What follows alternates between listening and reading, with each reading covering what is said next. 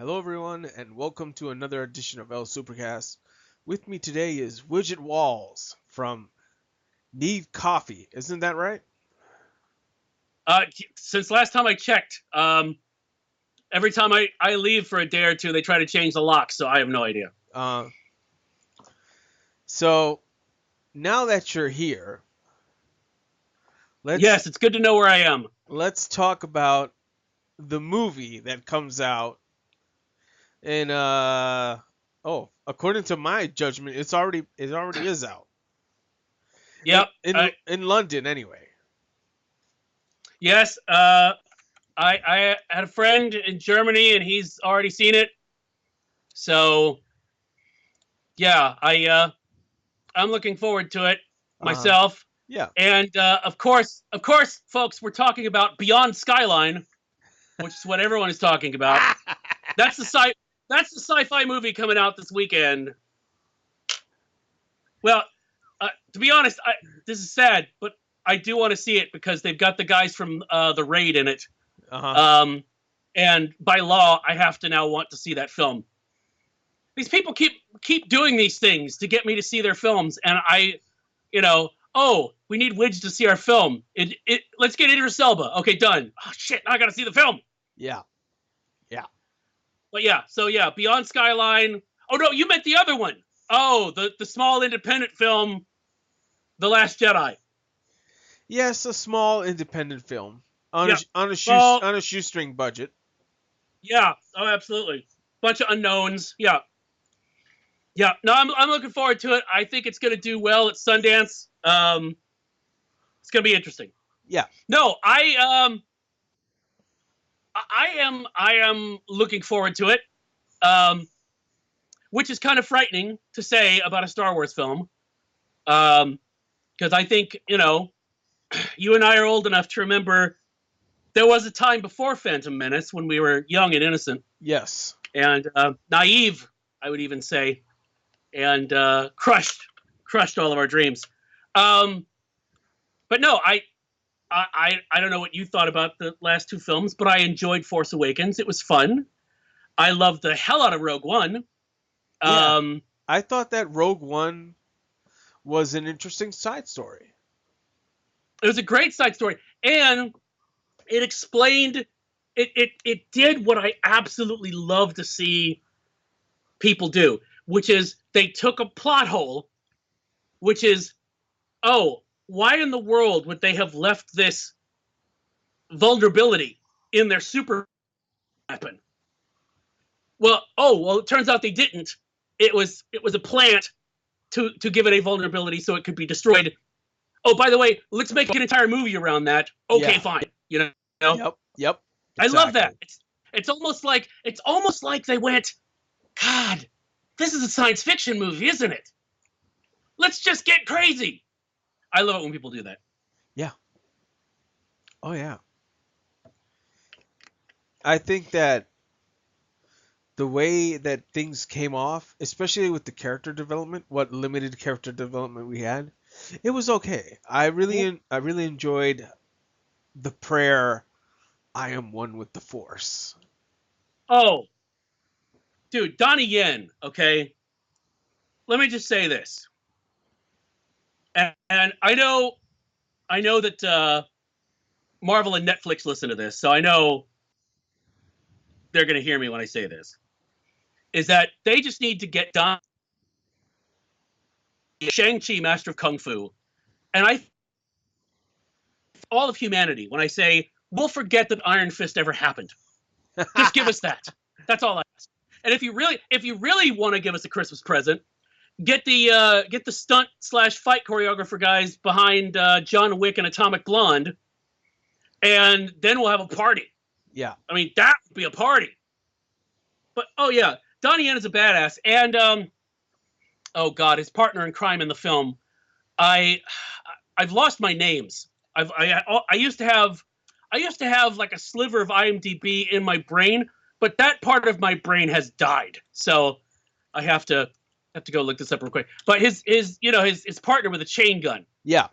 Um, I'll get the actor's name in a second. Uh, is a fantastic and his film Devil's on the Doorstep is the first time that I ran into his work. And Wen Jiang, yeah, Devil's on the Doorstep. If you haven't seen it, which you probably haven't, it's an obscure, relatively obscure foreign film. It's fantastic. So I highly recommend that. But yeah, I think you're talking about the character development. To me, it kind of went to the Predator school of character development, and by that I mean you have to set up characters for us to give a shit about them with very little runway. Yep. And you do that with shorthand. You do that with archetypes. You do that very quickly. And you look at Predator. To me, Predator is a flawless example of that. But the people haven't hit the jungle floor yet, and you already know who everybody is. You know what their role is. You kind of know where they fit in with stuff, and you're ready to go. And so by the time you've got the League of Extraordinary Gentlemen here for Rogue One, by the time they're all together, yeah, I think but they give you just enough of a twist with some of the characters, like Diego Luna's character, and Forrest Whitaker being crazy, that it's not telegraphed. You know what I mean? Yeah. like with Predator, once things started, you kind of knew how it was going to play out. But and to a certain extent with Rogue One too, and I'm assuming everyone who's listening to this has seen Rogue One. If you have not, then plug your ears. But the moment that what's his face, K2SO bought it, I went, oh, I see where this is going. Oh, this is not good. Yeah. And I was like, oh, okay, this is one of those. Oh shit. Yep. But no, it's really, really good. I mean, like, really good. I was very happy with it. I thought Moff Tarkin, the Peter Cushing recreation.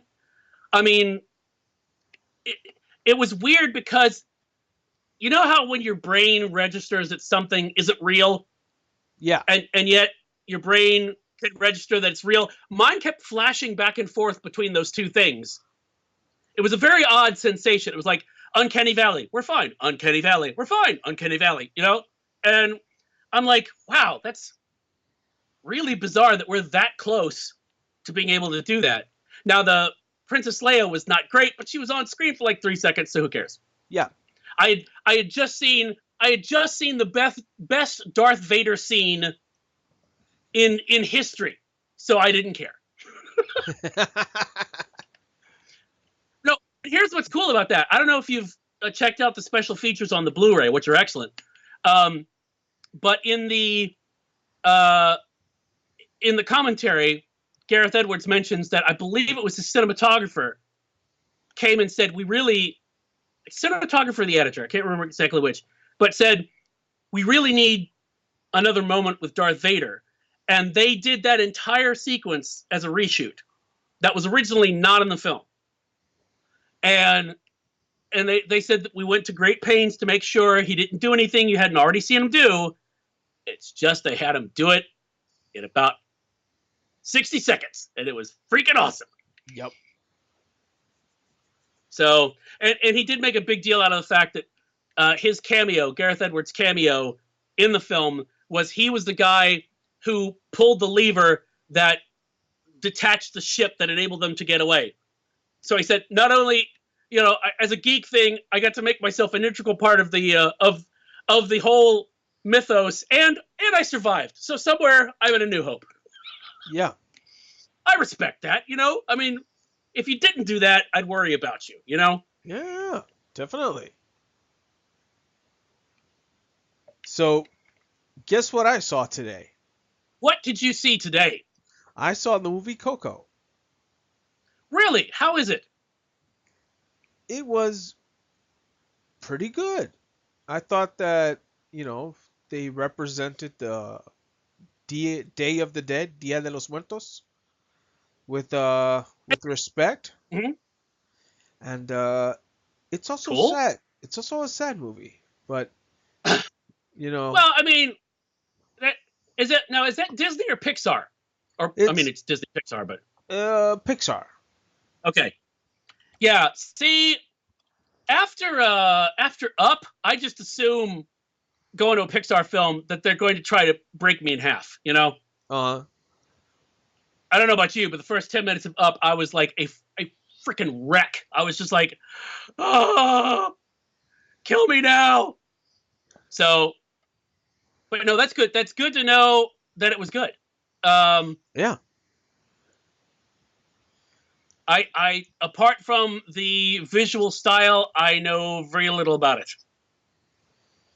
Well, But the visual style look so. it's amazing what they added in there. Uh, in the beginning, there was a spoiler alert for those who haven't watched it yet. You see three of the Pixar members talk about how they were working on all the different sections and different layers to Mhm. make the movie more impactful. Right? And you really notice that there's like all these lights and elements that you when you look into the background, when you go into the city of the dead, it's like, wow, this is Yeah, amazing. I remember seeing that in the trailer, and I know from previous interviews they have said that with every film they want to try to push the envelope in one direction. Yeah. I mean, it's like, if you remember Finding Nemo, the underwater effects were incredible, Uh-huh. and then like Monsters Inc., they had all of that hair. They're having to deal with hair, and they were like, "Oh, this is a nightmare." So, yeah, I think it's cool they try to innovate and push it, and yeah, I do want to see that. I like Pixar movies because I like to look out for the what I call the matchstick moment, Yeah. and what and you know what I mean by that, right? Oh yeah. It's there is a that moment in Toy Story where the match goes out, and you literally just go, "Oh shit, what are they gonna do?" And that moment of, "Oh, they are screwed." I didn't realize they were gonna be screwed, but they are screwed. So Pixar has a tendency to do that. I mean, it's like, how the the nail biting ending of Toy Story 3. I mean, I almost crap myself. I'll just say that out. Hmm. You gotta watch out for those Pixar people. They're creative sadists, I think is the best way of putting it. Yep. Oh yeah. Well, Widge, we're almost out of time, so Oh, okay. I just want to ask you, as I always ask everyone who comes to my show, give us a website that you would like to give props to before we get going. Well, props to that I'm involved with, or just one that I like. Props in general. Props in general. Well, I would say you could find me at needcoffee.com, but you said that previously. But it's good to put it out there again. And as far as props go, I would say go to boxofficemojo.com, because not only do they, when you see news people talking about, oh, it's the number one box office smash ever, go back and adjust ticket dollars for inflation, and you'll see, nope, it's still Gone with the Wind. Sorry, Yeah. it's educational. It's educational. It's important. All right, and with that note, we're out of here, folks. Take care, everyone. Goodbye. All right.